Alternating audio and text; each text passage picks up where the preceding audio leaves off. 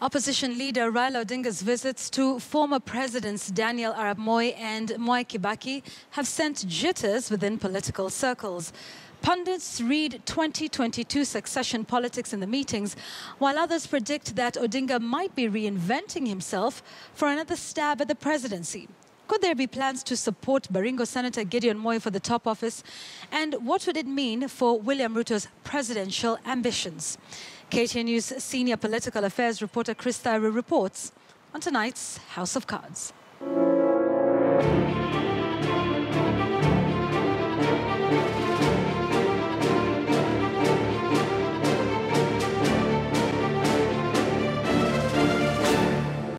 Nearly 2 months since the time of the now famous handshake between President Uhuru Kenyatta and opposition leader Raila Odinga that caught nearly all Kenyans by surprise. Following another failed presidential bid in 2017, many political pundits wrote off the ODM party leader. However, that now seems to have changed after Odinga's unexpected courtesy call to retired President Moi at his Kabarak home. On hand to receive Odinga was Baringo Senator Gideon Moi, who has already shown his interest to vie for the presidency. And on Friday, Raila visited retired President Mwai Kibaki at his Muthaiga home. Could there be a political agreement in the offing between the Mois, Kibakis and Odinga families? You do not expect that anybody goes to see President Moi and politics is not part of the discussion. Number two, you realize that Gideon Moi previously has indicated that he's interested in the presidency come 2022. So anybody who appears to be close to him, it could only be right to think that there is a political, move that is in the offing and there is something that is being worked out. Given the political rivalry between Gideon Moi and Deputy President William Ruto, the Ruto camp seems uncomfortable with Odinga's visit. Even before the proverbial dust could settle in Kabarak, Ruto's political lieutenants were already marking their territory in the South Rift. Wale wanasanyana wanasema mimi ni mtoto ya huu, mtoto ya ile, tunataka kusema Your Excellency, kama vile Bishop alisema hapa, weka tuna Mungu, Mungu ashamwakia mafuta wewe. Safari ya nchi hii ama kiongozi wa Kenya, sio lazima uwe mtoto tajiri. Uko na maadui wengi huko nje.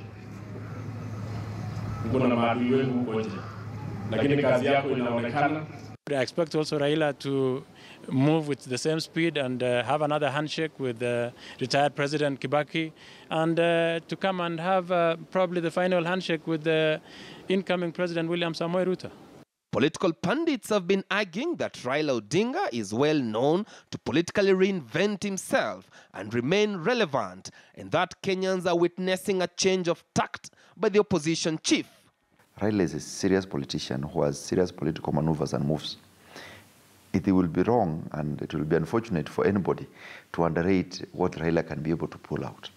You realize that in the recent times there are very many handshakes other than that one where he is trying to, we could want to read that he's trying to reconstruct the broken bridges between senior politicians and people who have been active politics, and many of whom are looked at people who have had a problem with the Ruto presidency. During the visit, retired President Moi's residence, Odinga was not accompanied by his usual right-hand men and those known to be political hardliners. He was flanked by Mvita MP Abdul Samad Nasir and Vihiga Senator George Khaniri. During the handshake at Harambee House, Odinga was accompanied by National Assembly Minority Whip Junet Mohammed and lawyer Paul Mwangi. But one thing I doubt is whether the three families will want to support the Raila presidency.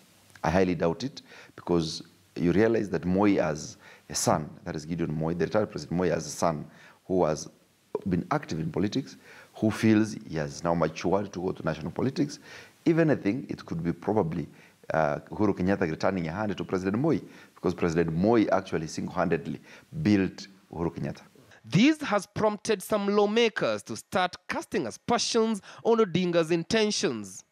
So swali yangu kubwa ni ya kwamba, did Raila go for handshake ama alienda handshake greetings? Mimi sijui. Mungu ndiye anajua na yeye mwenyewe. If we are creating a peace deal for this country, let it be an open peace deal.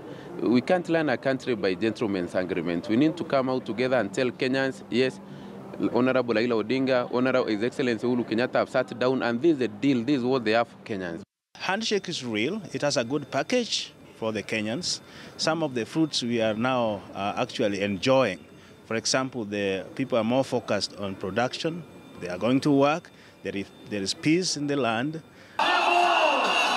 Raila Odinga's political agility continues to keep many guessing on what his next move will be. And with 2022 political drumbeats growing louder, if not clearer, political scientists still believe Raila Odinga will very much still be in the presidential race come 2022. Chris Dairu, KTN News.